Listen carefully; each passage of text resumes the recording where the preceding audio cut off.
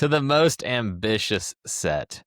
And this was a hard one to pick, Grinch. I'll be honest. Yes. I think there was a lot because in there was here, 146 sets to choose from, or well, there was some really great sets, and so I do want to Yeah. honorable mention sets like Samurai Castle, Japanese Village. I think listeners will know that I have a soft spot for. We just haven't gotten enough sets kind of focused on that part of the world, and so I would love to see either a modern Japanese take personally, or something kind of like what is suggested here.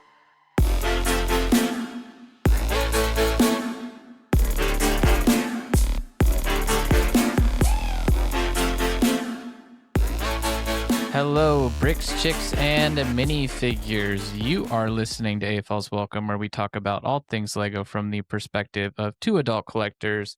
We're your co-host. I'm Grinch. And I'm West. And today we are discussing the Lego Ideas 2025 second stage review results. But before we get into that, West, I have a question for you that involves what you built out of ABS plastic bricks this week. Well, I got a big goose egg for you, Grinch. Nothing built on my end, even though I promised to assemble some botanical collections. I just didn't get around to it this weekend, so that's on my to-do list. But that is what I built this week. How about you? I built some more of my Amon Hen diorama. I am pretty much... I don't even want to jinx. I was going to say I'm pretty much done with it, but I've got like a little bit more sculpting to do with like the eagle sculpture on the top of like the Watchtower Keep, and that could prove to be tricky. So I am not almost done. It's not just as simple as doing that. And but you're like putting 60% of the way. Plants on there. No. No.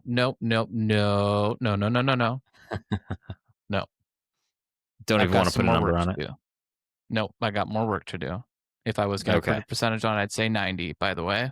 But, or not even, I mean, plus or minus 85. So, okay.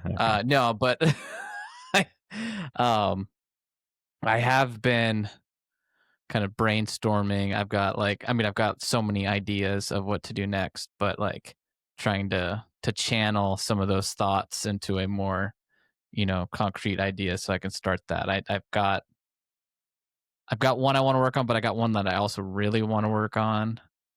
And I want to make a 2-scale Helm's Deep to the scale of the nano figure. To the nano figure, though. And I want to do it so that like each nano figure is like represents like 10 people. Because I think that's like super doable. No, I think it's super doable, and then like that way it'll be like, tabletop size still, but it's not supposed to be humongous. It's supposed to be like more kind of like large architecture scale, like the Colosseum, for example, that they did. And I mean, think it'll get close. The nano figure probably shouldn't be a scale at all. Just make it, like 1 to 50 or whatever. Like 1/16 scale. Yeah, exactly. Yeah, I don't know. I just thought it'd be cool to be like, this is a clump of 10 people. This is a clump of 10 people. Because like, same, like they had like 10,000 Orokai there. So that way, if you got like 1,000 little nano figures, that would be cool. But that's what I've been working on. So those are kind of that. And then, the other thing that like, so I've been having fun thinking about that, but I'm not ready to like sit down and start working on it. Right. And I've been using ChatGPT to like help me design the scale of it to the nano figure. I was like, hey, do you know like Lego piece, and I put the piece number in. I was like, I want to build Helm's Deep to scale with that. And it was like, oh, you should do it like this tall and this wide and like this. And it was completely wrong. So I got to think of another way to figure that out, because there's not a good system readily available, or blueprint readily available, I should say. Yeah, that's fair. But that's what I've been working on. Let's go ahead and talk about what the Lego group has been working on and talk about some news. Exciting Lego news. Well, Grinch, we got some really cool news this week. First up, that's no moon. It's the Lego UCS Death Star revealed, including the TIE Fighter gift with purchase. Next, we had the Lego Ideas Build Your Favorite Hobby gift with purchase winner announced. That was the Build, Paint, and Play. It's a rock. Lego Ideas Mineral Collection got revealed. It's trying to do like the whole SpongeBob, like, it's a rock. Oh, I didn't pick up Yeah. on that, but I'm sure somebody No, did. yeah, well, the voice definitely didn't. Yeah. Yeah. Anyways, Yeah. we got some official reveal of the Lego Sega Genesis controller. And then the Bricklink Designer Program Series 6 crowdfunding announcement came out. Crowdfunding will begin October 6th. And then lastly, we got some reveals of some Lego holiday sets, including a gingerbread AT-AT. Grinch, what stands out to you with the news from this week? Did you say a Lego Star Wars set was revealed? Maybe. I didn't hear. I mean, I didn't hear. Let's be honest. We've known about it since like February. Yeah, forever. Yeah. So what could cost $1,000 and be, huge within the Star Wars universe? Yeah. I mean, they could have done anything, to be honest, but we do have the first $1,000 Lego Star Wars set, or just Lego set. Price to part chads should be like, oh man, this is, just under, so 11 cents per part. So if that doesn't prove how wrong that rationale thinking is, then I don't know what does, because this does not feel good. Does it not feel good because it's $1,000? Like if it was $800, would you does that make this set feel better? Yeah, I mean, it's so tough. Is it just the fact that it's $1,000? Like you just can't emotionally get over the 4-figure kind of hump of a set price. Yeah, that's definitely mostly it. I think if it was like $900 or $950, it would be different. Yeah, I mean, I think we said people were going to be disappointed with this when it came out. I think we were kind of, well, I guess we didn't really talk. You and I talked offline about it. I should say that it was going to be we never said anything official on the channel, in case anyone's listening. We didn't talk about leaks, yes. But we talked offline because we obviously knew it was coming, and we're like, yeah, I think people are going to be disappointed with it. I mean, there's 40 minifigures, right? But again, it's $1,000. I think the other thing that's kind of disappointing, and I don't know, I don't get too much into the online discourse of things, but obviously this is an Ultimate Collector series, but there's also scenes from, Return of the Jedi. That's just not accurate because it wasn't the complete Death Star. That was the Death Star 2. So as far as trying to be that super accurate model, there's issues right there, right? There's characters from all over the place. It's just it's less of a UCS in my mind, but it is a UCS that this is. I think it's notable that this is not what was it, the Master Builder series. This is an Ultimate Collector series, and I think that's ultimately a little bit of a miss. But that's just how I feel about it, I guess. Yeah, I mean, I'm looking at images of it because I just wanted to, speak to it just with it in front of me. And I mean, it's an impressive build, right? They've definitely captured the shape of it really well. And I don't really know how they could have done it better, to be frank. I mean, I know some people are calling it like a block of cheese because it's basically just like a giant cheese wheel. And I mean, that's some valid criticism, but what would you expect, right? And if they just sold you a gray Lego ball, would you is that something you wanted? I think people, I mean, that's what I've seen. People have been like, it's a cutaway, Yeah. right? Like they think they were expecting more of the Death Star 2. But I think I do agree as well. Like that would be boring. So I don't. Well, and yeah. It'll be interesting because I feel like people thought that way about the other UCS Death Stars that they did, like the play scale ones. But I think now people are kind of more on board with that. Yeah. Yeah. There's been a real weird pendulum swing of like, I still don't really see what people see in those original UCS Death Star sets. I think they're pretty boring and kind of lacking for details, and what they try to do by creating their shape, they just leave so much out that it just doesn't really look good. This one, I feel like you see it and you get it. You know what I mean? And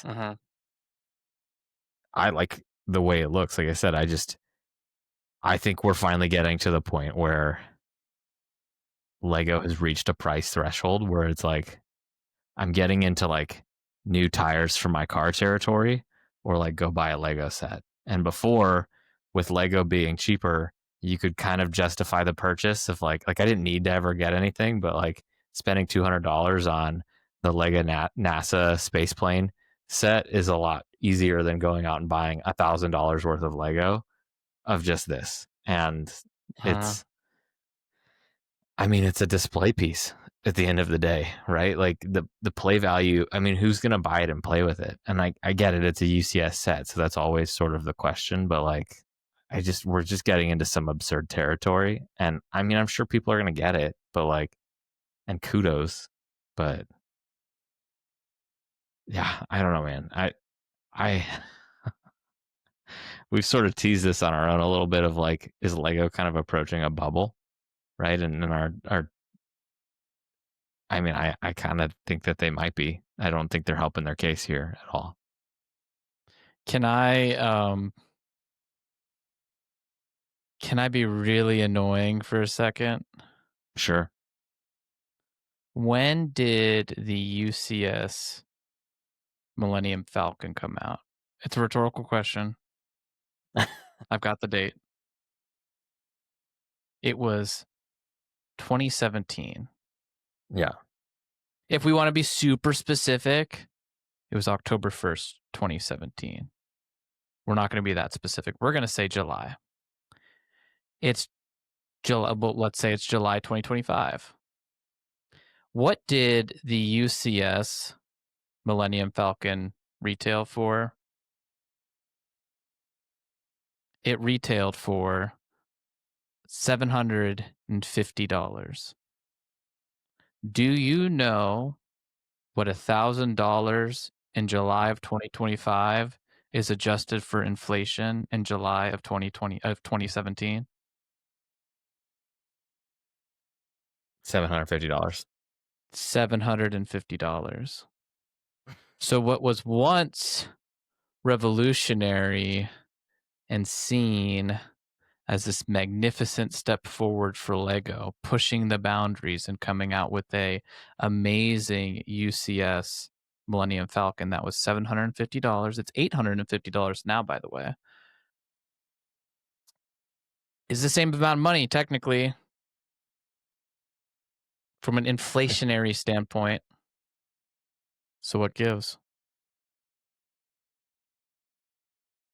Well, I'll tell you what gives, right? It's the conversation we had at the beginning of the year, which is there are more expensive Lego sets out right now than there were in 2017.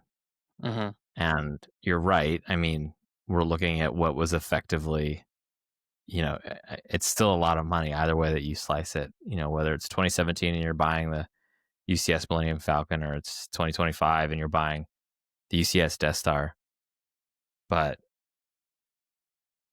this year alone, right, we had some huge price increases on Lego sets, whether that was due to inflation, whether that was due to tariff adjustments this summer. We don't quite know, right? But like Lego's already starting to get expensive in that there's more Lego sets in the 18 and plus category that are interesting to us as adults. Yeah. and now they're like legitimately also just getting more expensive.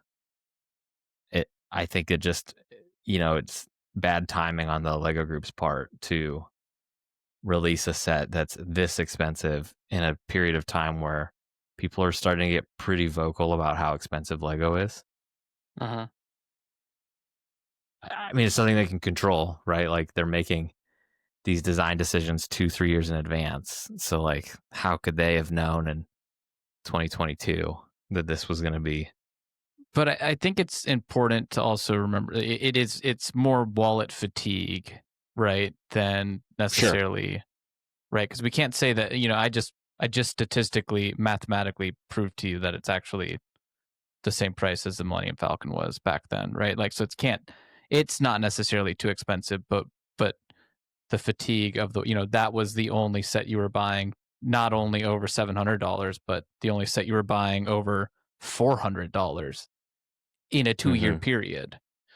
There's now multiple sets that are over $500 that you could be buying in a half-year period, or a year period, right? If you want to get Black Pearl, right, that's coming out in a couple weeks, that's another $400 almost, right? So yeah, no, I think well said on that, but I did find that super interesting that what once was just a few short 8 years ago now and was heralded as this you couldn't Monumental keep it on achievement. shelves, right? I mean, it was, Yeah, and still guess for what? sale today. It's this new threshold. It's a very different discourse, right? Of like, Yeah. well, they can't go over that amount. Like that's going to ruin Lego. But if anything ruined it, it was the UCS Death Star or UCS Millennium Falcon from 2017, right? No, I mean that's a really interesting point and a fair one too. But like I said, and as you mentioned, right, like the wallet fatigue in 2025 is real, and it's getting worse and worse. So Bricklink does. Speaking of wallet fatigue, yes. Oh, you need some more ways to go spend money? I gotcha. Well, you don't have to spend money on the gem set because you won that fairly. But we can just cancel I it out like because it I think you owe me actually. the Godzilla. Dude, this is where I think some of the price stuff is overblown. There's a couple comments on Reddit being like $60 for this. That price to part ratio is terrible. I'm like, it's like 0.08. Like, what do you want to be given it for? Like, if it was $40, I'd be getting, and I'm like, that would be unheard of. Yeah. I think that I actually like I think they got the gems were translated and minerals were translated really well into Lego. Yeah, I think they did a really good job. Yeah. I think they look cool. So Grinch, you brought up the Bricklink Designer Program. Yes. Series 6 crowdfunding opens on the 6th of October. So this is where you vote with your wallet, right? And they have to reach a certain threshold and then they go into production. So, I mean, it's exciting. Is there anything that stood out to you as like, oh, that's pretty cool from this series? Yeah, I like, actually, I kind of like all the sets. I like, something a little different about all of them. I think hey, congratulations first and foremost to all the builders. I do think though, unfortunately, the Off-Road Adventure might be the weakest of the lot, just because it is $80 feels like a lot for that piece. The art factory is cool. I like how they obviously they said no modular, so to kind of get around that, right, this is built on plates. They actually built the sidewalk up using bricks and then have a whole other layer, and what that allowed the builder to do is actually capture some detail under the sidewalk, just enough there to give it a little bit more life. It's also on 16 wide, right? What's down the base or middle, right? Yeah, so it does feel genuinely different enough. So I do like that one. And then I'm a sucker for a castle, of course. And I like the sequoia trees a lot, actually. I think the designer did a really good job with the trees themselves. What about you? Yeah, I mean, I really like the Art Factory. That one stood out, and it's one every once in a while on Instagram. If I see a Lego building or a modular or something that I kind of speaks to me, I'll save it and kind of use it for inspiration later. And that was definitely one that I saved. And I like the inclusion of the elevator in it. I think that looks really slick, and just some really great techniques on kind of how to make like an old sort of factory or industrial building out of brick. Something you see in Chicago, Detroit, the Midwest. We saw a lot of those in like Omaha. And so I think it's a really fun building. I think the rest of them are really cool too. I don't know if there's anything in here that like I have to go get personally, but I mean, there's some great choices, and people still seem to be really motivated by the Bricklink Designer Program. So more power to them. So It'll be interesting to see what kind of where we go with all this with the discussion coming up that we have on our on our episode today. Yeah. But what about these holiday reveals? Did anything catch your eye there? Yeah. So, in this holiday reveals, we had 4 reveals. There was like some buildable snowman. There was the larger buildable Santa minifigure, which was kind of an interesting selection. There was kind of like a gingerbread house build, which I actually kind of thought was one of the better builds of the series. And then lastly, the gingerbread AT-AT, which kind of stood out on its own as like its own individual thing. And we've never quite gotten a holiday Star Wars set like that before. We've had holiday Star Wars sets, but never quite to this scale and size. I mean, it's a thing. It was certainly a choice. Yeah, I like it. I don't know if I would get it though if I was a Star Wars like obviously the Darth Vader is cool cuz it's like a Darth Vader gingerbread, but it just I don't know, like winter, specifically Christmas stuff is so hard to display cuz it's seasonal. Like are you going to just have this out next to your Like Winter UCS Death Village. Star? Well, I mean, year round, right? Like, sure, Right, yeah, I guess right. you could Fair put enough. this out next to Winter Village or wherever, right? But like, you're not gonna have it. You're not gonna make a Hoth diorama, or maybe you do. I mean, maybe it works better because it is associated so much with Hoth, right? And you could see somebody make a giant Hoth mock out there and just have one of these there because it's kind of funny and cutesy. But it's interesting. I wish that we would get a AT-AT this scale, but regular. Yeah. It is a pretty great, like, I'm going to call it MIDI scale for the AT-ATs because, like, we did get, some pretty solid play scale ones in the past. I think the most recent play scale one, I think, was one of the best play scale AT-ATs we've ever had. This was the one from like 2019-ish, I think. I don't know if we got one 2020. more recent, but obviously we had the UCS one that was really well done and huge, gigantic for what it was. But this scale does definitely feel like a lot more approachable, which seems to be the direction Lego Star Wars was trying to go in before they just tacked on a $50 price tag on top of everything. So I'm not salty about that at all. Wow. All right. Well, folks, that is the news with a side of salt. Let's go ahead and move over to today's topic. Today's topic. All right. So this week we are talking all about the other news topic of the week, which was the second review period of Lego Ideas is officially done. And we had a record of 146 projects, which is two times plus the prior record of 71 projects from the first review stage of 2023. So it didn't just beat it, it destroyed it. And West, that leads me, I mean, hold on. This was so many sets that typically the blog post, they've got each one of them individually written out with the photo, that Lego themselves said, due to the huge number of projects, we have created collages with multiple projects together. You can view the individual project by tapping the name of the project linked just below the images. They made a collage of images because there was so many. So, West, what is the current state of Lego ideas? Oh, well, Grinch.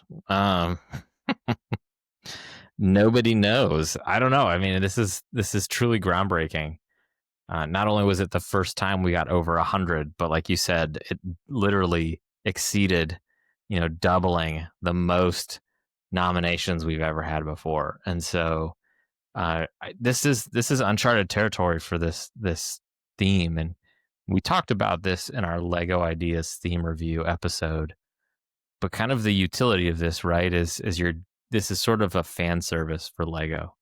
And so by opening up the selection to fans to vote on and for then Lego to produce, right? Lego is able to really kind of tap right into the vein of like, what is it that people want from Lego to some extent?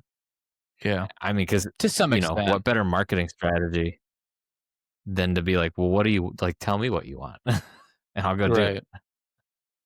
So like they've definitely got a big opportunity here to some extent. But as we talked about, right, like Lego has their own corporate values that they won't cross. So there's certainly specific IPs and genres that they won't, play in and dabble in. So they start to set some constraints on things, right?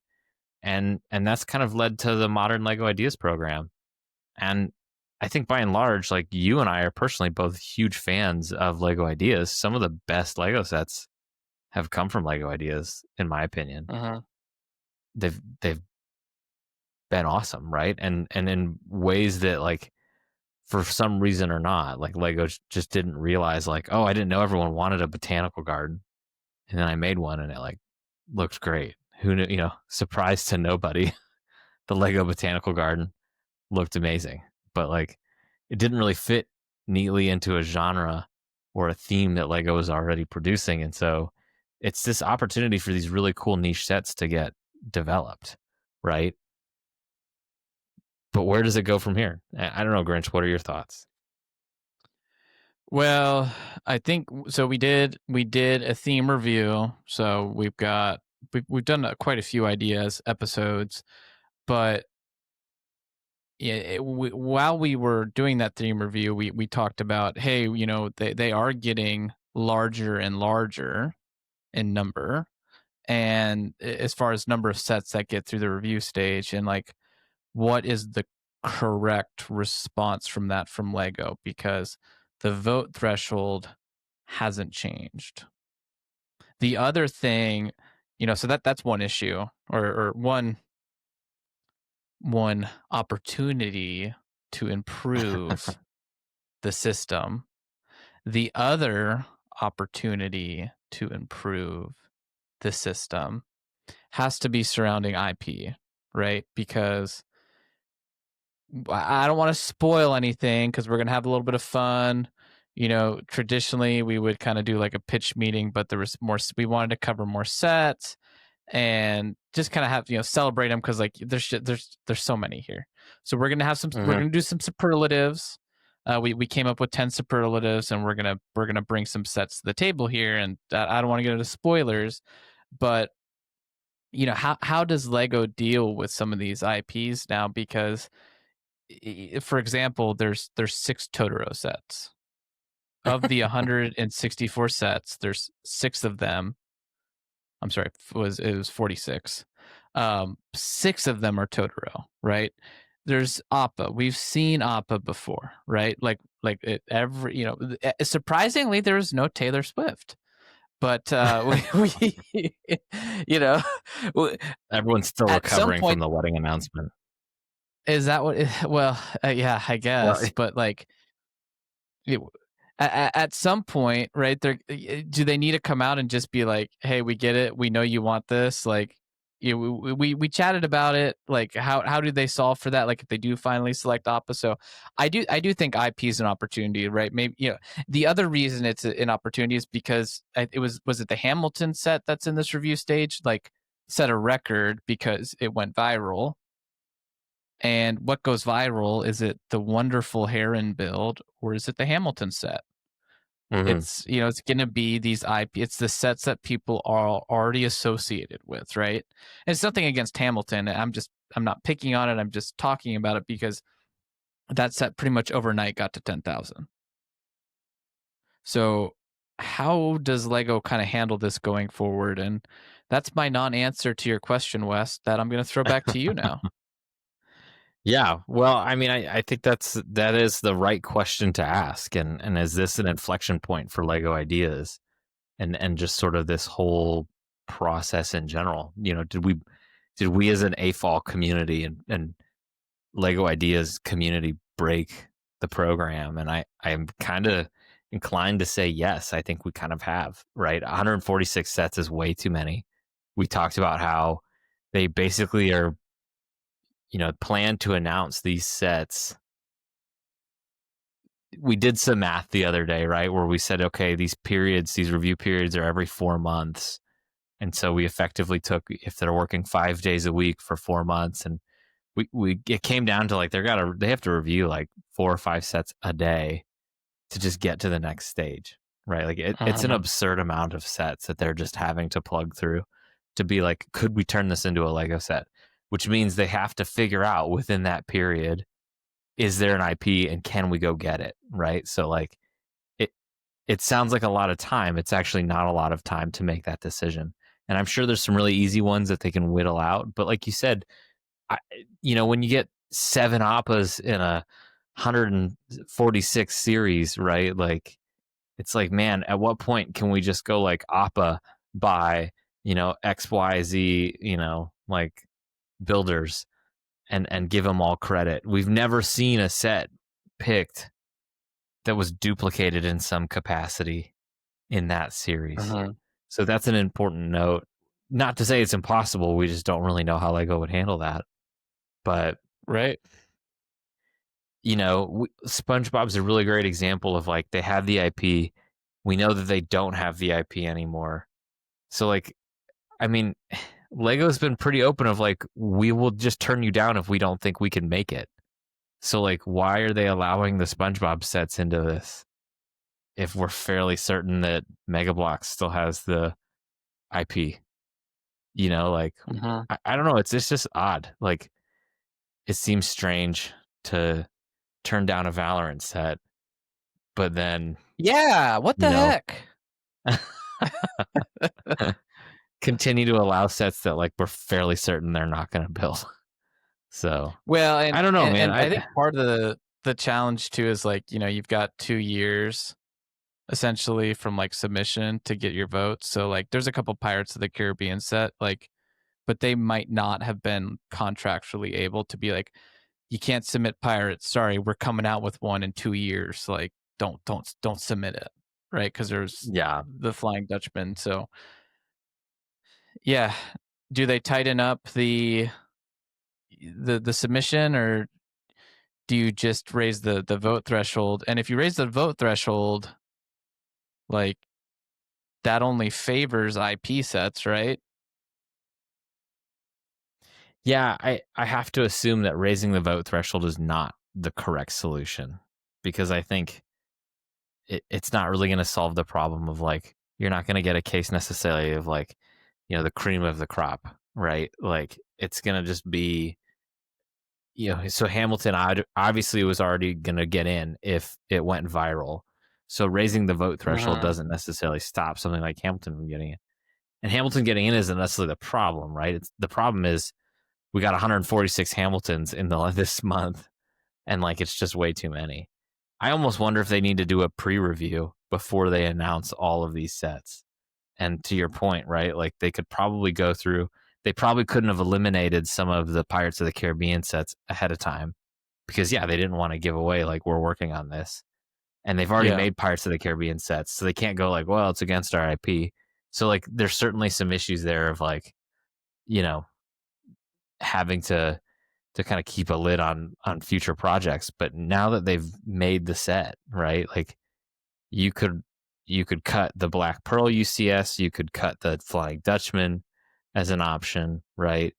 You could sit there and group all of the Totoros into one build. You could, I don't know, right? Like I think there's just ways that you could probably slim this down without losing the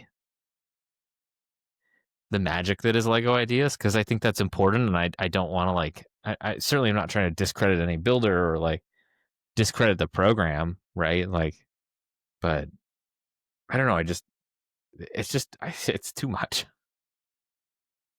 Is it a problem? Well, I mean, I think it is. Why? Because I think You don't work for Lego. It's not your time.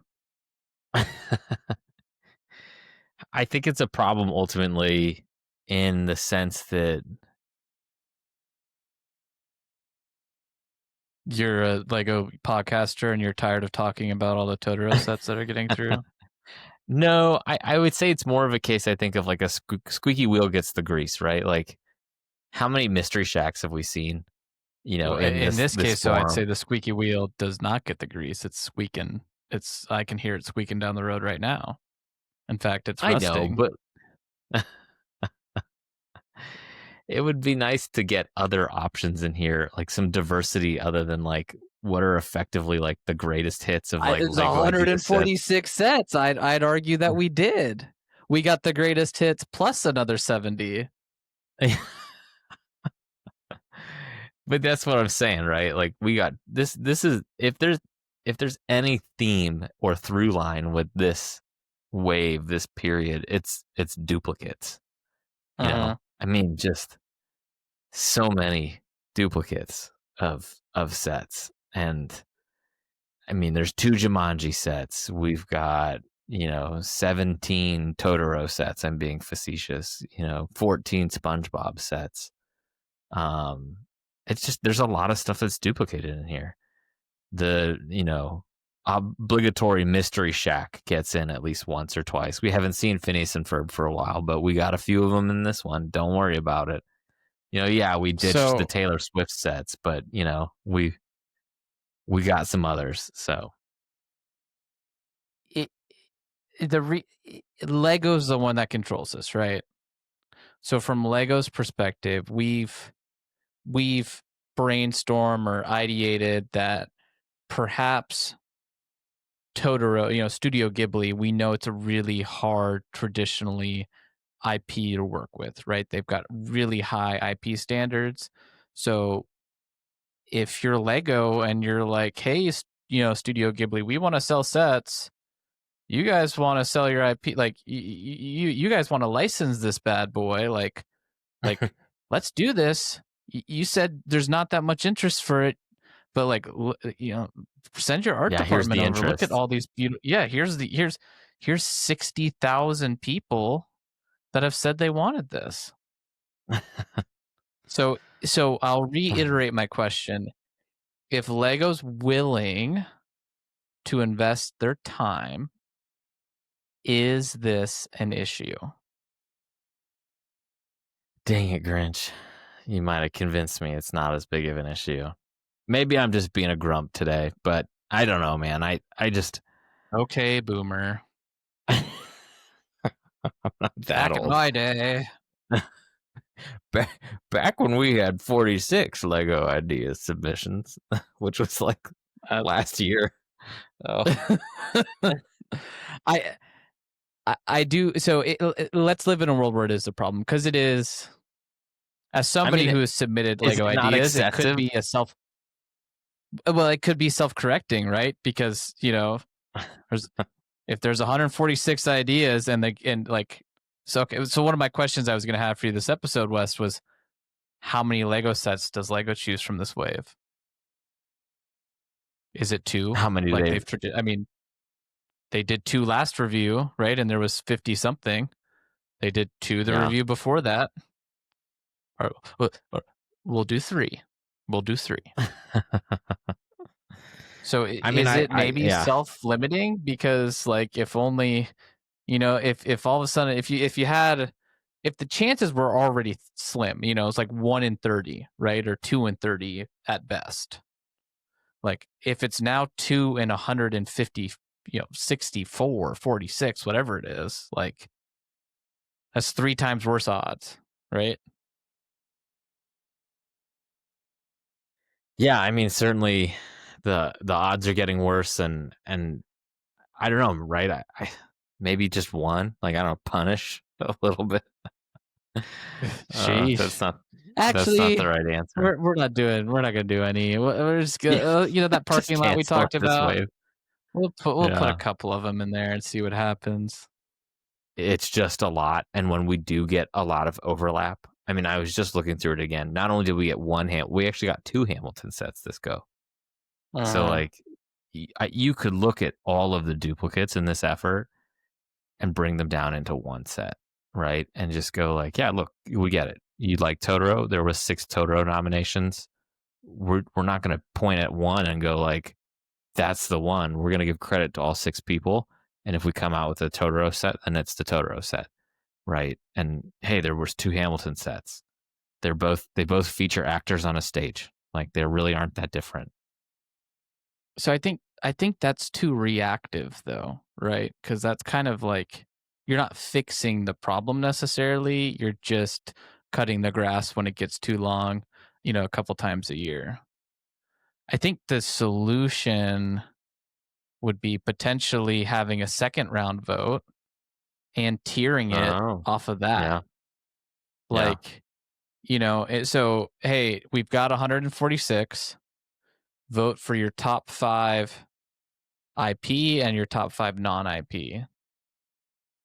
And how do you Yeah. classify IP versus non-IP? I mean, it's any, if you slap a Coca-Cola label on something, that's technically licensed, right?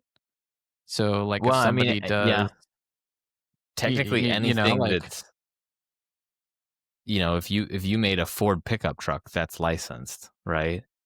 Not in the right, way that we think of as Lego, but like there's a license there to be had. right. So it's hard to get away from license. Maybe like a ranked choice voting of like pick your top 20, and you just do a ranked But choice does system. it then just become a virality?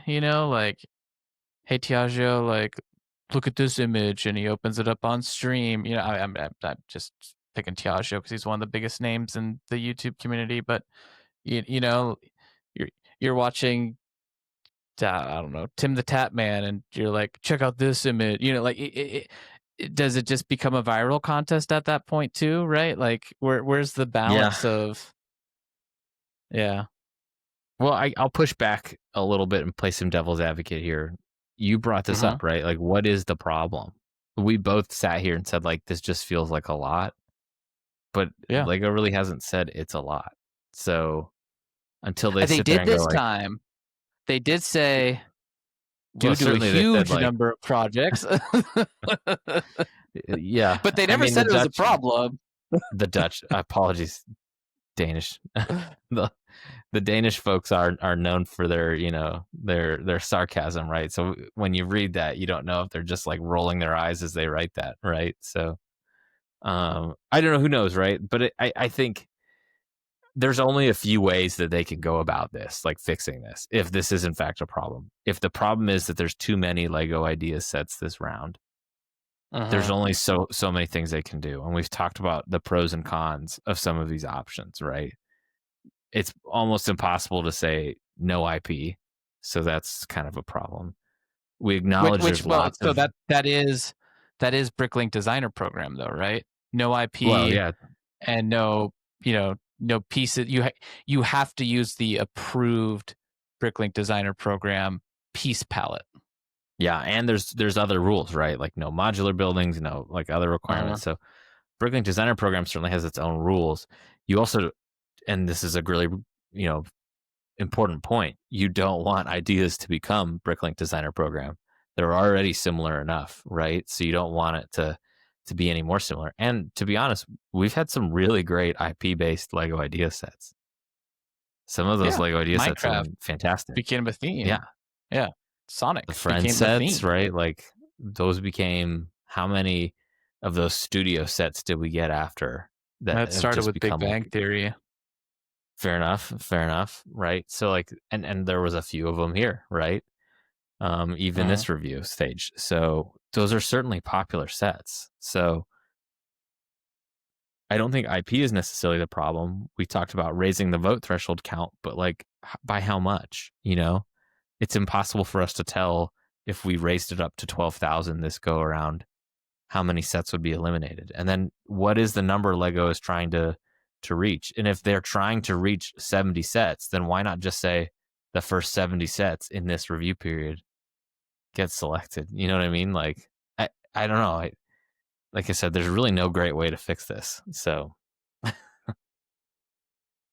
yeah, I think they assuming could there's a tighten up problem. on the IP. I think they could tighten up on the IP a little bit and just be like, if we call the Pirates of the Caribbean kind of a non-factor, we kind of remove that sort of issue of like they were coming out with a set, but those ones kind of got through. Like again, I, let's get into the superlatives because I've got some stats here, but I do think one of the easiest solutions that they could do is like just like they did with the Christmas Vacation, where they're like, hey, this is now we've reevaluated, like this is now acceptable. I think you could like maybe utilize the parking lot in a way of like, hey, we're gonna put a Totoro set in the parking lot, and then that way when we can't get it, because we can make an official statement being like, hey guys, Studio Ghibli says like we're having trouble getting this IP, like we're gonna parking lot this theme also. Yeah. There's I mean, nothing that we're gonna be able to do that's gonna be able to push one of these through right now. yeah. Yeah. I think to your point, right? That's probably the best solution is to take it to parking lot it, and then to be very clear of like, we asked, we're picking on Studio Ghibli, right? Like we both are big fans, but we sit there and go like, hey, look, we've asked, right? They've said no, or it's a little more complicated. We're working on it, but for now, right? Like we're not going to put future nominees as like something to be considered because we're asking the question already. You know what I mean? And then you can just effectively just shut it down and just go like Right. anytime anyone submits another Totoro set in the future, just be like, hey, actually this one's already in the parking lot. We're working on it. So thank you for the submission, but it's already something we're pursuing. And yeah, and Yeah. then you've eliminated seven Well, because we seven did talk sets. like it could be a problem. I have the number, don't worry. It could be a problem in the future if all of a sudden, what do you do if you picked an APA? If I had been a designer of one of the like 50 APAs that have gotten through before, I would be kind of pissed. Be Mm-hmm. like, what, Mm-hmm. like I'd be like, hey, a lot of life is about timing, right? Being in the right place at the right time. But like, also, what the heck? Yeah. In this case, I just submitted this a year ago. It was denied the last review stage. Like, it's the right place at the right time is also like the really wrong place at the wrong time, and that's would be that outcome, right? But I do think you're kind of fixing a potential problem that they haven't had to cross yet, or if you're like, well, we're never going to cross that line, so it will never be a problem, then just like, okay, then stop wasting people's time, stop getting people's hopes up that they will get an opposite, right? So Yeah. I don't think it's as simple as just raising the vote, because then you do run into the issue of like then it you're just promoting virality, right? You're just promoting more recognizable IPs, and I think some of the best idea sets, Old Fishing Store, Botanical Gardens, They're like sleepers. Pirates of the Barracuda Bay maybe is an asterisk because it's kind of a Lego IP, but like these are some of the better sets, right? Those are classic idea sets, and they're not IP based, so I do think it's not quite as simple. It's just I think you could maybe increase it a little bit, because at this point it's a one-off because we're at 146. It's not a one-off of having 50 plus sets, right? Yeah. So maybe So it I warrants guess it at this point. if the third review period for this year hits over 120 sets, I think that's our indication that there's probably, expect probably a vote increase. I'd expect something like 12,000 or something like that. Nothing crazy, right? But like, I'm sure they're gonna And maybe pump it a little bit. 20% less time too. Like there's two levers you can kind of pull there, right? The amount of time to get to the votes and the number of votes you have to get to. And they're Yeah, both slightly different levers to pull, but ultimately do the same thing. yeah, yeah. But Grinch, why don't we spend a lot Let's of talk time. sets, huh? Let's get into the superlatives. Well, let me play devil's advocate. No, I'm just kidding. I'm just kidding. Let me devil's advocate So we your devil's thought, advocate. well, sir, let me Jesus, your devil. No, we thought it would be fun rather than do our typical pitch meeting because we're trying to just expand it a little bit here and celebrate it. First and foremost, as always, congratulations to all of the builders and even repeat builders that have gotten into the 10K club, right, and gotten enough support. I mean, that's something West or myself have never been able to accomplish, and certainly each one of these builds is fantastic.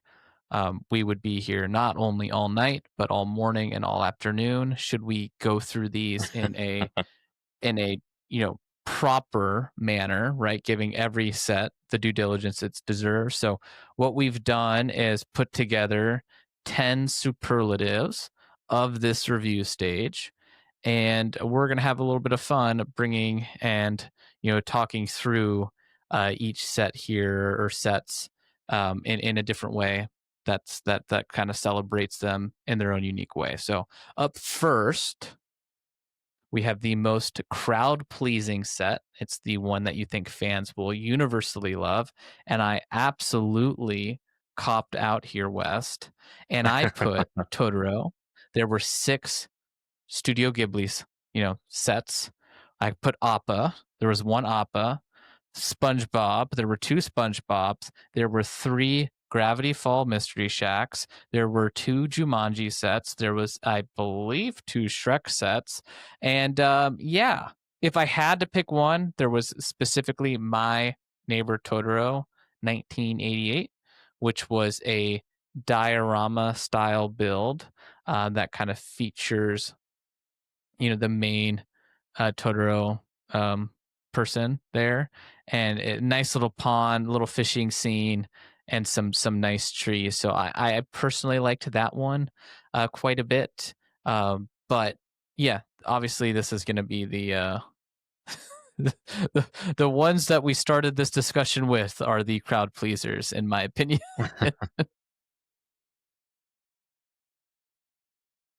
Well, I mean, I think an excellent choice, and of all the Totoros, like I think it's one of the nicer ones we've seen, and I think that diorama style lends really nicely to what will most likely be a one-off set. So, What superlative did you have? well, Grinch, my superlative was the biggest surprise, and that was the set that caught you off guard in the best way. And the set that I selected for that was the ET Extraterrestrial set, and that was ET Extraterrestrial by Martin Studio. And what I really liked about this set, we've seen ET sets in the past, but this one features the house with like the tarps over it, and they have like the dudes walking through like the airlocks, and they have welding masks for their helmets, and it just surprised me. I was like, oh my gosh, yeah, we've never seen an ET set like this before. Includes the obligatory bicycle flying past the moon sequence, so like we got that, don't worry. But it really took the theme to kind of like a new level, and something we've never, at least I haven't seen before on Lego Ideas since we've started doing something like this.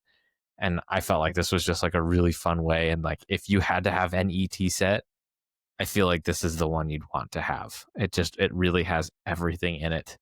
And it just looks great. So that was my nomination.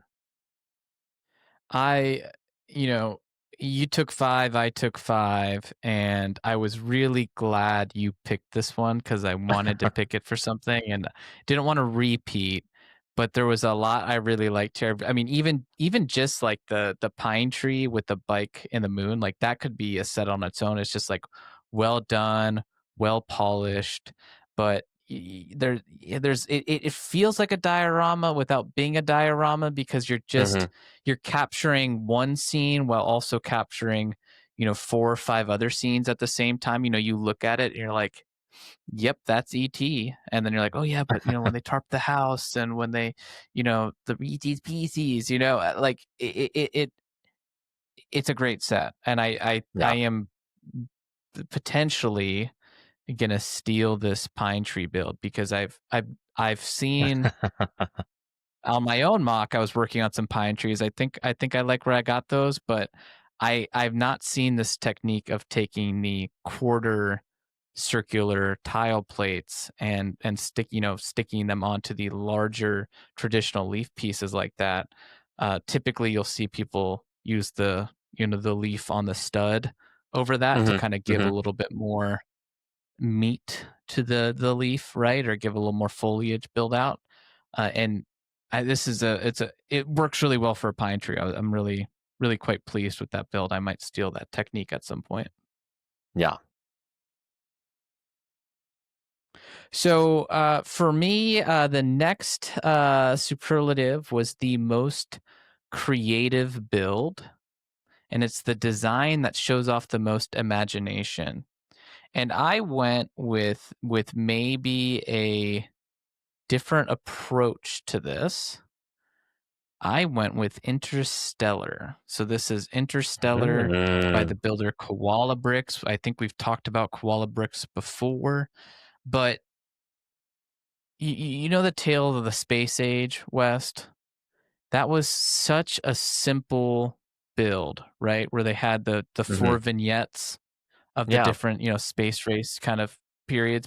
And it was just plates on top of each other, but it utilized them in a way that it really captured those scenes effectively and simply. And I always kind of tip my hat to builders like that. So this is, Interstellar. I forget if it's string theory or what it is, but it's spoiler alert, the end of the movie, the big reveal of the time and space. And it's just bricks on its side. It's not plates. Hmm. That's it. Hmm. And there's a lot of really interesting technic backbone here to capture some of that shaping. It's a very interesting shape from a display perspective because it's a bunch of, if you've not seen the movie, it's kind of like a harp or a loom of light that's weaved together in a square formation, but there's openings on all of the corners, right? So it's just that kind of inner rainbow road, if you would, of light that's weaving in and out of itself. And the builder has done that and then also kind of built the display stand stylistically from that might not necessarily be like accurate to the scene, but accurate stylistically as a way to prop it up. And I think it's just a super effective way to capture that, and a very very interesting technique that's also just so simple. So Yeah. Yeah. This would be a really fun one to get for real. We've seen Interstellar repeated multiple times in Lego uh ideas. So this would just be a great one to kind of finally get. Have we ever seen anything that Christopher Nolan's done transformed into Lego? I don't think we have. They're usually kind of more than maybe Batman, like adult. Not yeah, that it'd they're just like be Batman.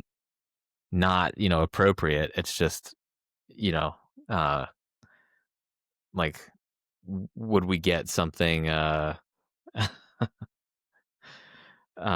Inception, right? Like probably not All right. in Lego. Like just it's not that it's against Lego's like corporate value. Well, Inception actually might be. So there we go. Anyways, um, I think it's a wonderful choice, Grinch. You ready for the next one? I'm ready for the next one. The next one I picked was for most impressive details. I'm sorry, my dog just hit her head on the desk. And the criteria for this is the set with the best little touches. And the one that I picked for this was the lunch atop the skyscraper. And we actually got two versions of this. So specifically the one I'm looking at is PDG or by PDG. And what really stood out to me is the use of forced perspective on this, right? And kind of that depth perception and just really kind of leveraging Lego to really do some cool and unique things. And so the build uses kind of the framing that we've seen with the Lego art sets. It then has kind of a city build below it that's actually on an angle and hanging down on an angle. And so that's, part of the forced perspective that's important there. And then features the scene, the famous scene of all of the builders sitting on the I-beam as it's floating above the city and they're just up there eating lunch. And then in the background, you have the rest of New York City to include what looks like Central Park in the middle, kind of upper right-hand corner, and then kind of the city and the buildings around it, and the skyline. And just, you really kind of you feel like you're in that scene and moment by looking at it. So, and it's all done in black and white too, to mirror the photograph, which is just kind of a nice little touch. But I just really like the details on this one. I love when Lego builders do black and white building like that. It spoiler masters for Lego, or spoiler masters. Spoilers for Lego Masters Australia. And I say this because last time I said this, we had somebody literally watching the episode I was referencing, and they thanked me for giving the spoiler warning. So spoilers for season 1, you've been warned. Skip forward like 30 seconds. Some of the builders build a giant King Kong building, but they specifically did like the 1930s one. So they build it in black and white. And it was just a really kind of effective way to capture that scene. And it really made me appreciate, building in that way. And this is another one of the builds that certainly does. It's a great choice. I love seeing these Lego frames. And, this is another one that, hey, this is technically IP West, right? So as we kind of were talking about, like this is technically intellectual property. So yeah, absolutely, yeah. So up next, we have the best use of pieces, smart building techniques, unexpected part usage.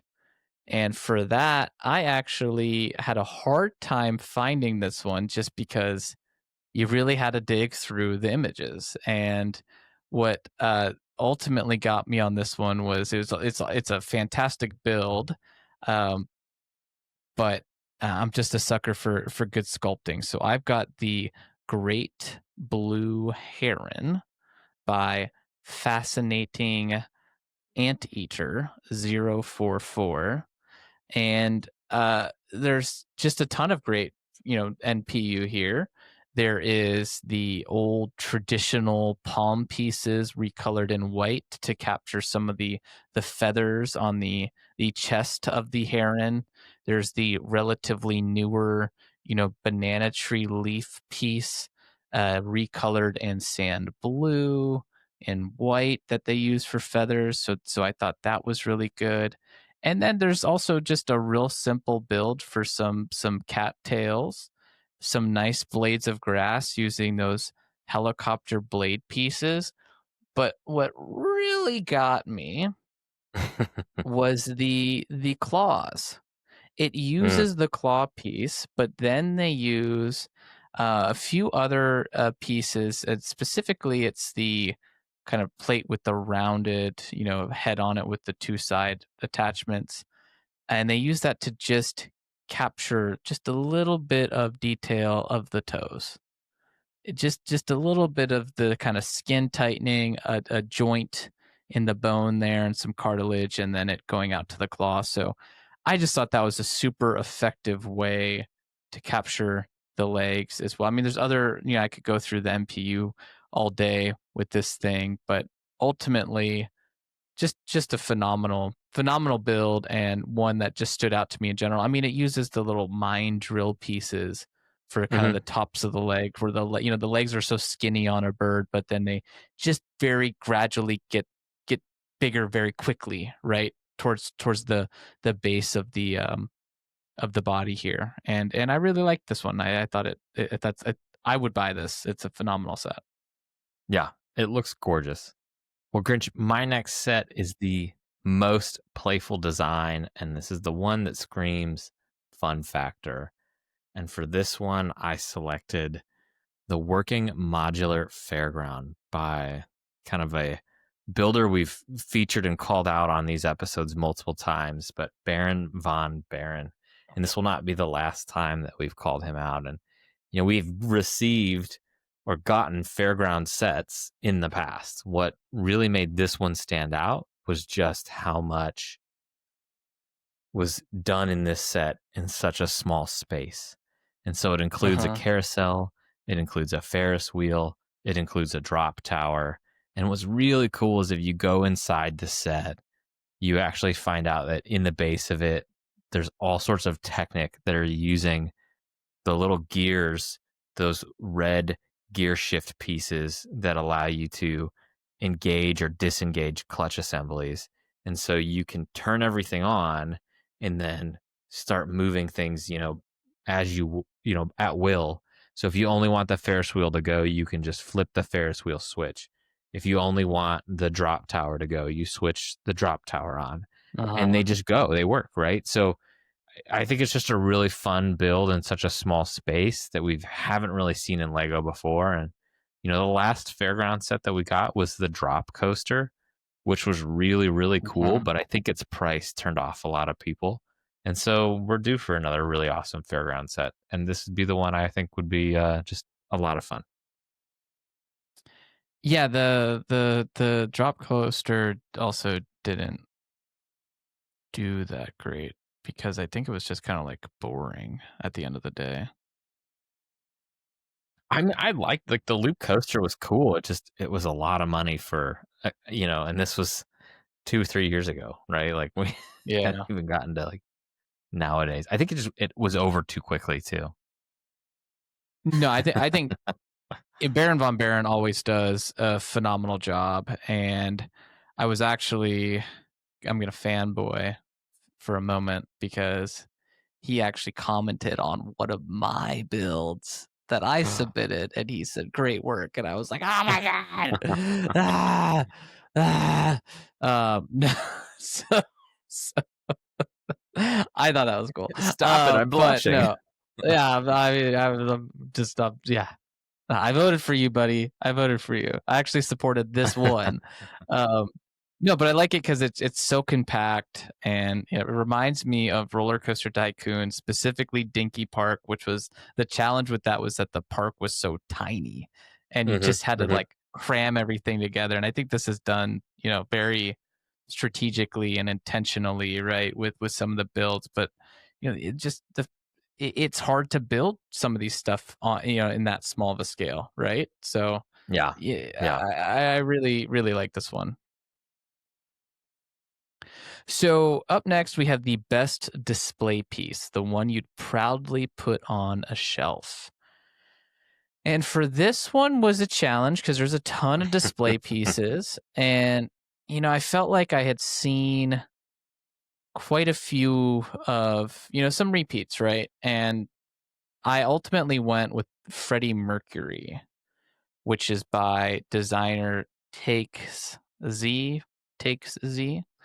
And part of the reason I did is because, they capture that iconic pose, but they also just did a really good job sculpting it. So it's, your classic art style of build, right? On your, your canvas, your Lego canvas, but there's also some really good 3D kind of built elements here to make sure it's a great pose to capture, right? And I think the Lego design shows that.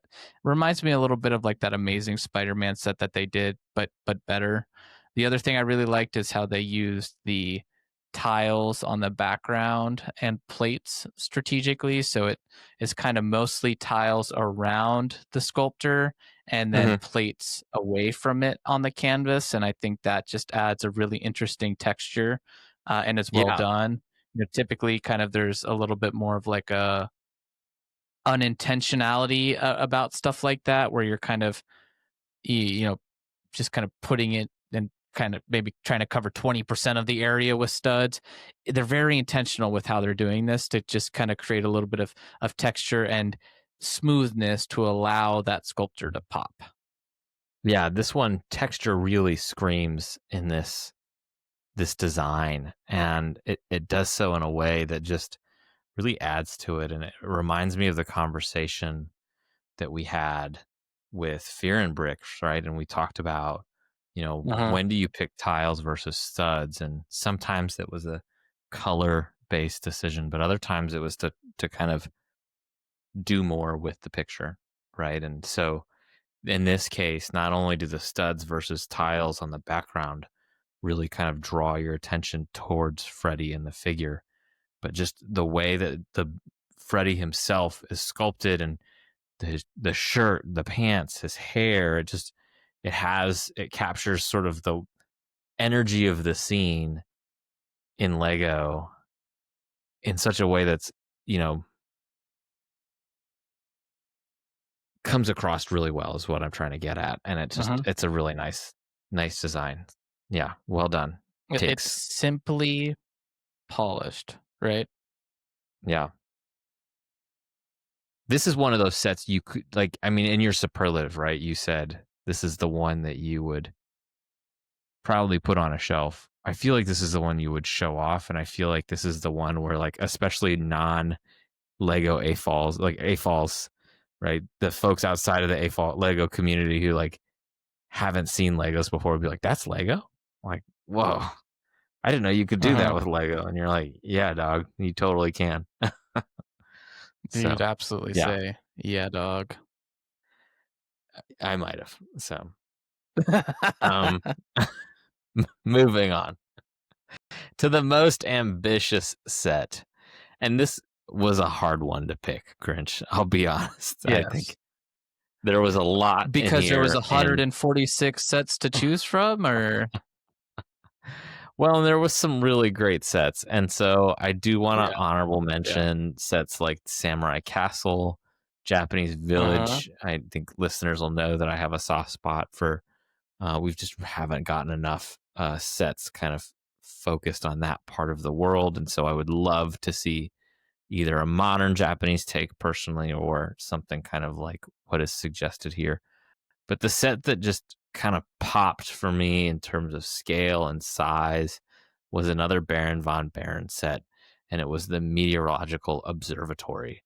And Baron von Baron, for the last few Lego Ideas series, has really had a huge focus on like mountainside builds. He's done his hydroelectric dam. There was that, I think it was like a ski shack or a ski chalet he did on one of Uh-huh. the recent ones. And so this sort of seems to be a theme. I think he likes mountainside buildings and features. And, this one really just kind of pops, and it's got the Uh-huh. actual observatory, and then it has a tram system kind of leading up there. There's, clearly some sort of hiking path that you can get to the top of this facility, and it's just really detailed. It looks really fun, and you know on par for a builder like Baron von Baron. There's just a lot more details in this set that you see, after looking at it multiple times. To include the tram system actually works, which is kind of cool. But anyways, Grinch, what are your thoughts?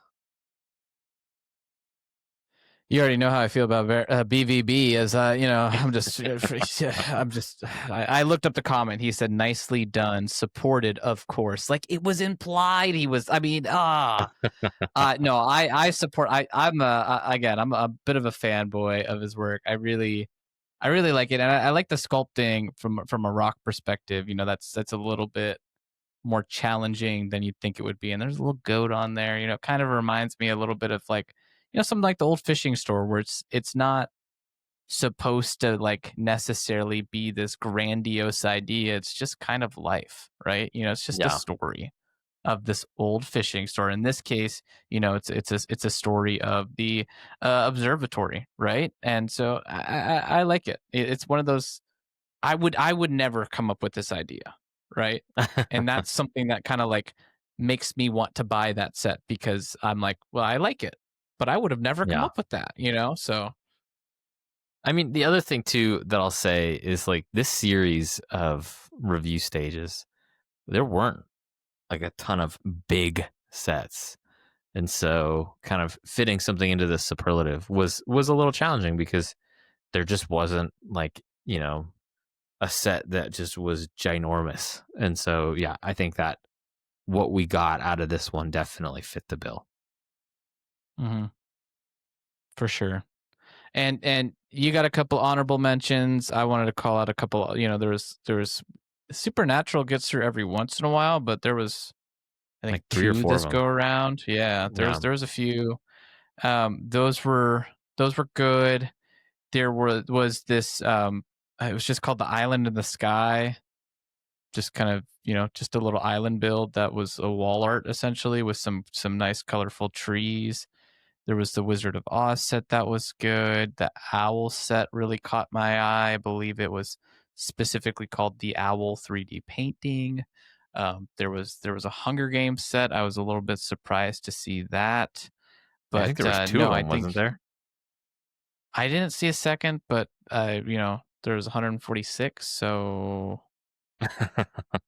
yeah. And I actually I even like the my wife is a big fan of the Phantom of the Opera, and so I liked that set too, of course, because I knew that she would. But for the next superlative, we have the best in show, and it was the one that stood out of the entire review stage. And you know, this is one that's essentially it's going to be, you know, your favorite, right? But which means, you know, if 10,000 people are listening to this, that means, you know, 5 people will agree with me because there's 146 options here. And, you know, it is what it is. So, you know, let us know what your best in show is in the comment section below. But for me, it was specifically the Twister set. And, you know, this was the one I was going to pitch the hardest if we did our traditional, you know, pitch session where we would pitch each other like a pitch meeting of the sets. And it's interesting to me because this set's not necessarily even the most technically sound set in my mind. You know, the red truck could be a little bit better. I think it was a Dodge in the movie, right? But Yeah. from a timing perspective, uh, if this set came out next year, guess what? It'd be the 30th anniversary of Twister. It's a classic movie, and it's a movie that I don't think we need more than one set of.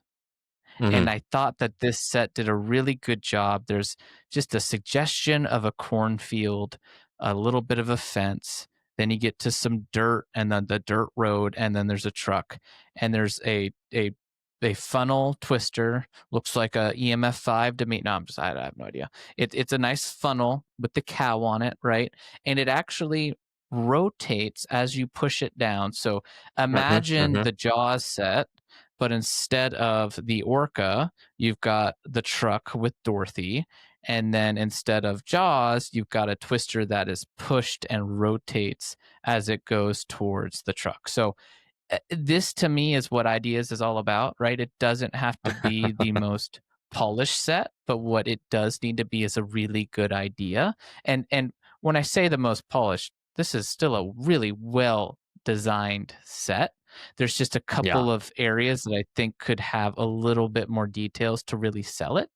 But I really like, you know, I love the diorama style. Obviously, I've done that myself. Um, so I'm a big fan of that in the first place. But what I really like is the motion that they built into this thing to capture this movie perfectly in a single set, almost like the ET set did. I mean, very similar. I think what put this over the edge for me was that, we've never gotten a Twister. We would only need this one set. And for me, that's why it was best in show. Nice. I think it's a wonderful pick and certainly really cool. And I actually would push back. I think it looks really great.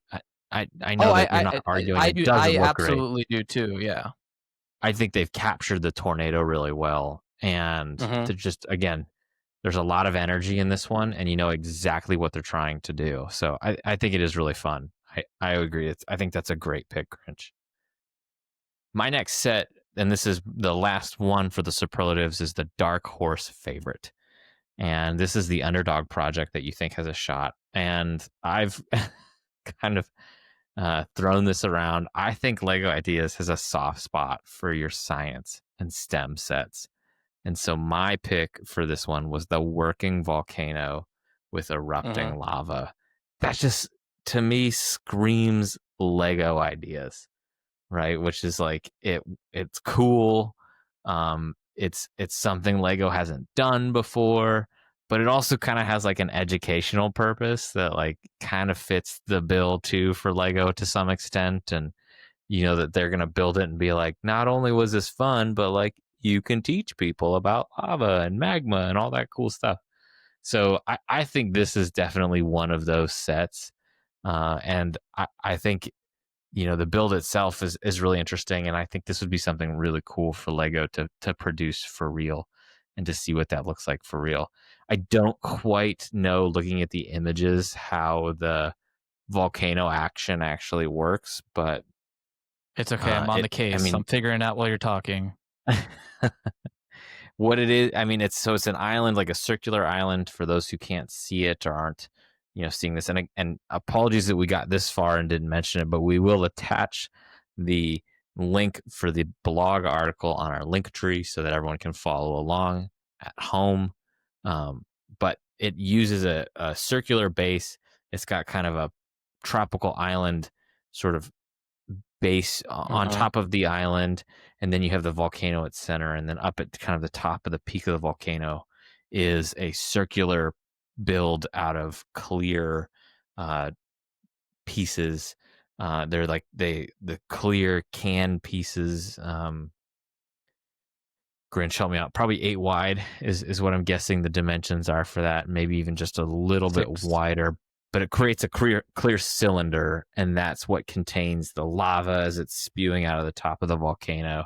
And then built on top of that is the cloud from the ash cloud that comes out. So looks really fun. Like I said, I think there's some STEM applicability here that I think Lego is just kind of a sucker for. Okay, West, I figured it out because I was worried because when I was looking at it, the photo on the website is a little hazy, so it's like I'm like, oh, this is a GIF. But then if you go into the description, there's a video. Okay. And it's actually one of the trees, on the tree specifically on the right. If you're looking at it, there's a little, it's just a bar, and you just pull it back and it turns it on. And it looks like, I think something that's really cool is the lava on the side of the mountain or volcano is also, moving up and down. But I think what they had to have done is there's got to be a motor on the bottom that's just pushing up and down a dish really rapidly. It's just going up and down real fast. And that's making it looks like it's the ruby or diamond pieces on the inside and translucent that are it's just kind of popcorning it up. So it looks like a fairly easy mechanism when it's all said and done. It's just a simple, gear piston, just pop, pop, pop, pop, pop, pop, pop. Yeah. Well done to the builder, and well done, West. Great pick. Thank you. I want the IP route. You want the non-IP route, and I certainly would be happy with either, to be honest. Yeah. So, West, why don't we wrap up our overall thoughts here on the 146 Lego sets in this review stage? No love for Clippy, The classic, you if know, Clippy existed today, Microsoft would be like, "Oh, introducing your brand new AI tool, Clippy," and it'd be like, it's just Clippy, you guys. I Like think there's a nothing's changed." certain Like, no, it's age AI. group who that speaks to, but like I think people younger than you are gonna have no idea who Clippy is. So The dog was better, by the way. Just saying. The dog, when you hit delete, he would tear up the piece of paper. um, I mean, overall thoughts, right? It's a lot. We've already covered that, so I don't want to cover that anymore. Like you said, congratulations to all the builders. This is no easy feat, and I know some of these have been on the shelf, so to speak, for a while. So seeing those get on to this final stage is really, really exciting. There's been a lot here that I think stands out and is really, really cool. You and I both dabbled in some of the mock building that goes into, this, and this is no easy task, right? And they're doing the building, the rendering, the minifigure design. It's really, really cool, and so it's really awesome to see, what happens here.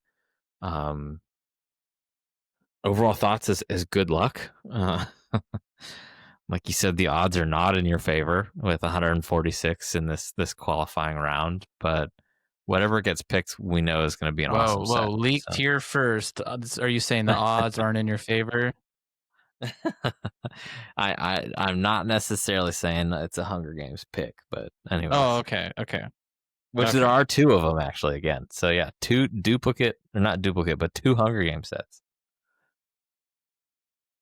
Anyways, Grinch, thoughts? I'll be interesting. What do you think the over under on Lego releasing a statement about this wave is? Oh, I mean, I think those are good odds. You do? Maybe Yeah. I've just played too many video games where you're like, no, they'll address this, and then it's like 2 years later, and like they've never addressed, So Yeah, I think they're pretty good about addressing yeah, things. yeah. All right. So normally we ask, what your, pick is, what you think it'll be. I'm gonna stick with my best in show choice and go with Twister here. But West, did you, were you gonna go with the working volcano, or did you have something else in mind? Grinch, I was out for a walk with my dogs before we went on this, and I was thinking about it, and I came back in, and I was like, oh, I need to pick my pick, right? And I was looking through them, and the one that stood out to me was Claude Monet's house. But I think I got to go back and just pick the volcano. I really kind of think that that's just fodder for Lego to turn into a set, and it's easy. Like I said, it fits that stem button, right? I think that's got to be it. I do like Claude Monet's house. We've seen artists featured in the past, so like it wouldn't surprise me at all if we got something like Claude Monet's house, right? We got the Vincent Van Gogh Starry Night, and Lego loves a good art set these days. So I think that would be really, really fun. I would love a Claude Monet's house, right? Like this just idyllic This looks French cool. countryside house, right? Using the roof technique that was introduced in the Rivendell set, but just using light bluish gray, and to great effect. It looks really, really nice. But yeah, I think the volcano's probably more likely.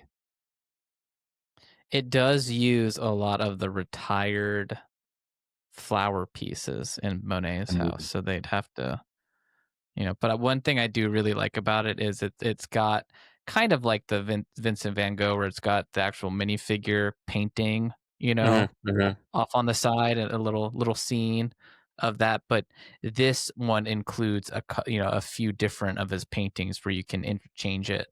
And I always like touches like that where it's a little bit customizable. And then there's actually the thing I always don't like about that is it's like, okay, great, I'm going to display it. I'm going to display it like this, and I'm just going to have like these 4 tiles I'm going to have to put somewhere. The builder thought of that. You can put them in the attic, in the loft of the art studio.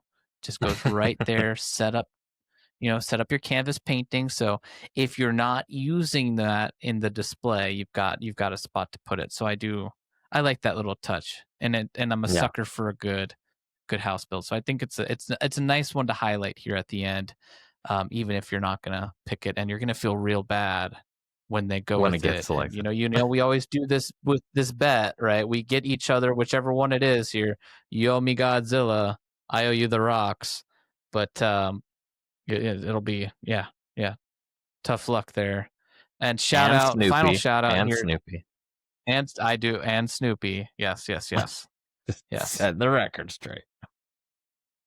Final shout out here to the My Chemical Romance set. I think it was just an interesting way to that's one song you hear and you just got to scream it out. But I think that was an interesting way to capture music in Lego. We've seen some people try to capture that, whether it be like something like Freddie Mercury, a nice kind of smaller vignette of the album covers behind the band, I think works really well.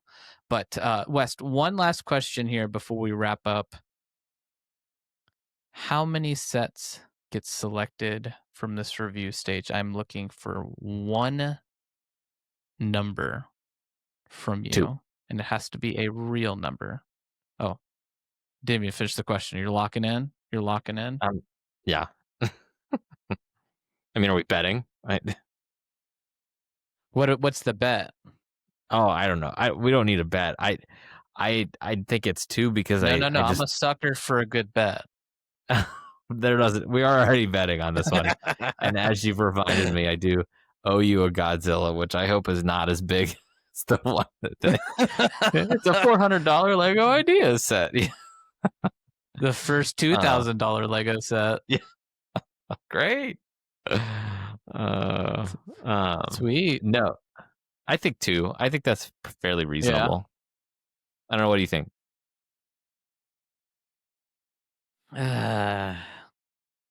See, we've had it before where there's been like 50 and they only selected one. Yeah, but then they've also selected 2 sometimes. No, I know. So do they? I'm trying to justify whether or not they go up to 3 here. Oh yeah, maybe. I mean, maybe the they parking lot lot something. Yeah, but I'm talking about true selection, by the way, right? Right. And if they piggyback one in from the parking lot, we're not counting that. I mean, off the rip, like here are the results: 1, 2 picked. I'm gonna go with 3. Okay. And it's just to be different from you. And I think people will expect them to maybe do more because there's so many. Yeah. Which 3 would be more. So I don't think it'll be as many as people think they will do more.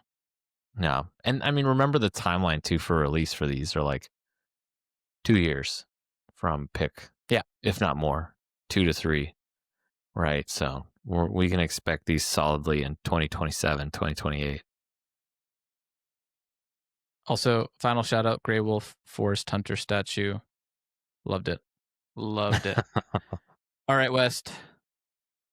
Let's put a wax seal on this and head over to some brick mail, huh? Let's do it. Brick mail. All right. How about you take us through our first piece of brick mail? Our first piece of brick mail is from Robin, who writes in and says, "Hi guys, love your show. I listen to it all the time. I just re-listened to the used Lego episode and wanted to comment on your brick bank discussion. I am a serious purist with my Lego, and while it's totally possible to throw together a set out of extra parts, or think springs straight to mind, there are subtle clues about the pieces that betray if a set has been Frankenstein together. I recently reassembled my Blacktron series, and especially with older sets, the back of the plates is a dead giveaway for the age of the pieces. The hole in the head of the minifigure also tells you if it's anachronistic.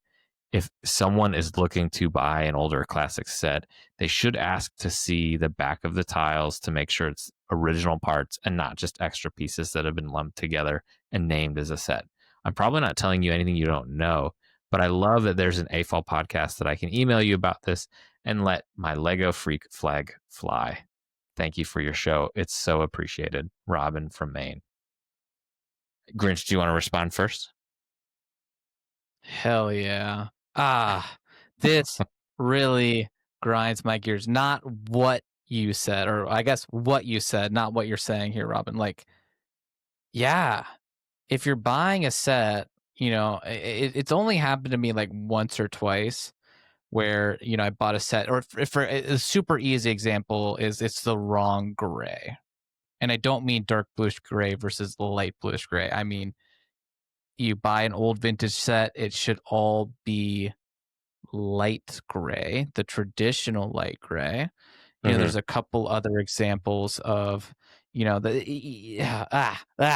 triggered. I agree. I totally agree here, Robin. You'll buy an old set and you got to pay attention because, like, sometimes what happens is they'll be like, oh, it's a classic space set and it's just missing the translucent yellow pieces, and you're like, oh, okay.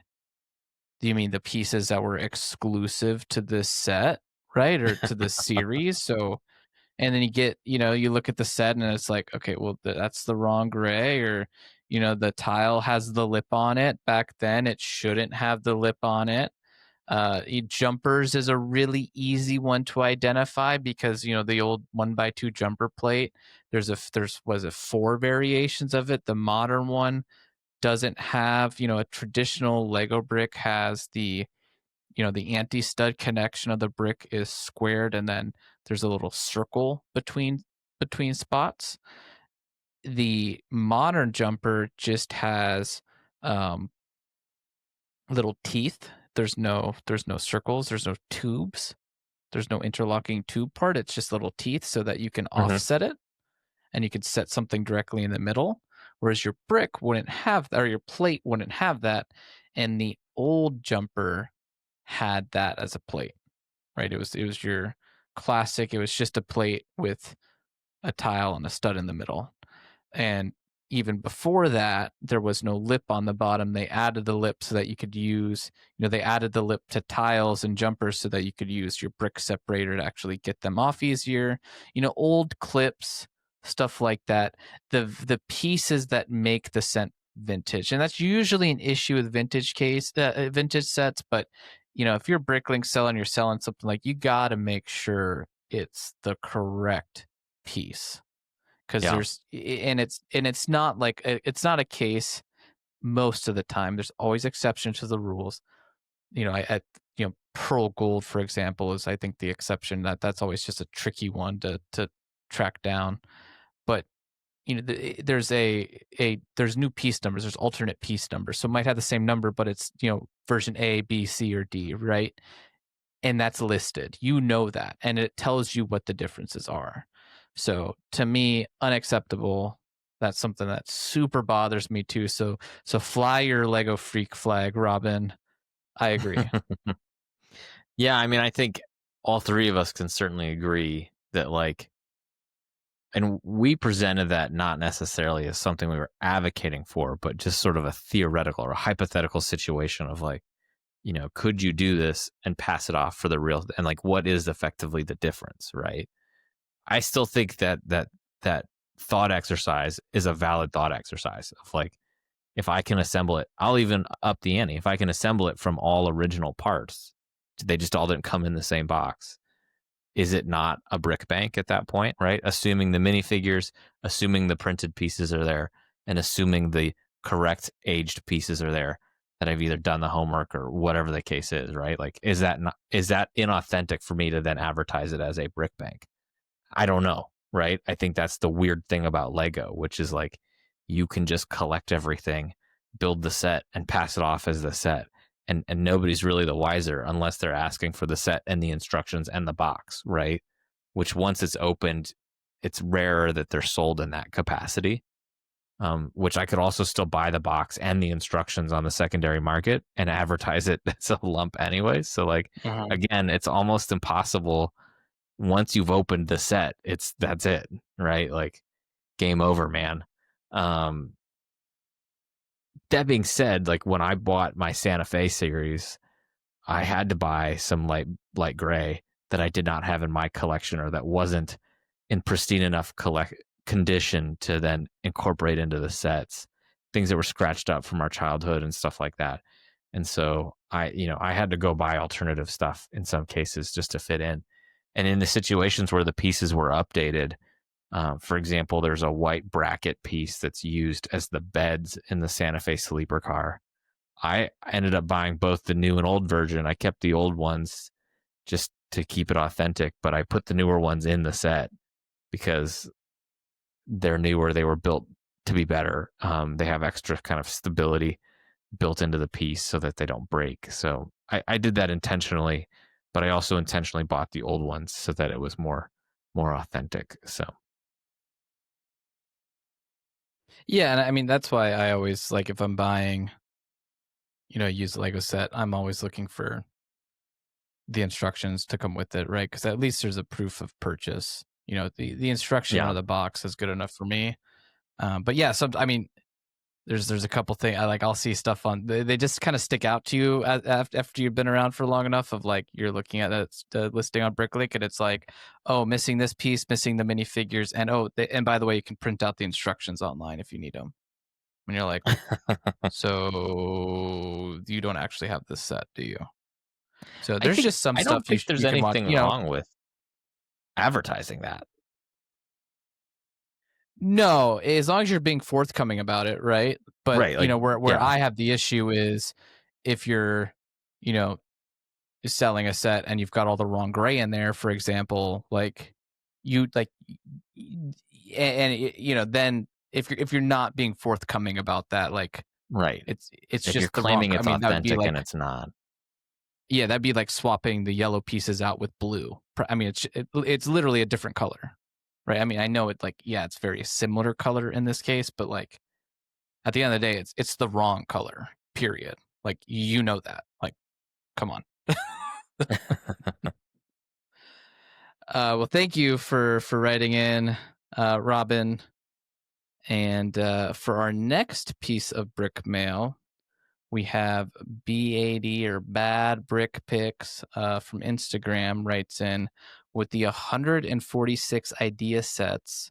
And assuming you're not going to run through all of them, although we'd still listen to a 5-hour podcast episode about Lego.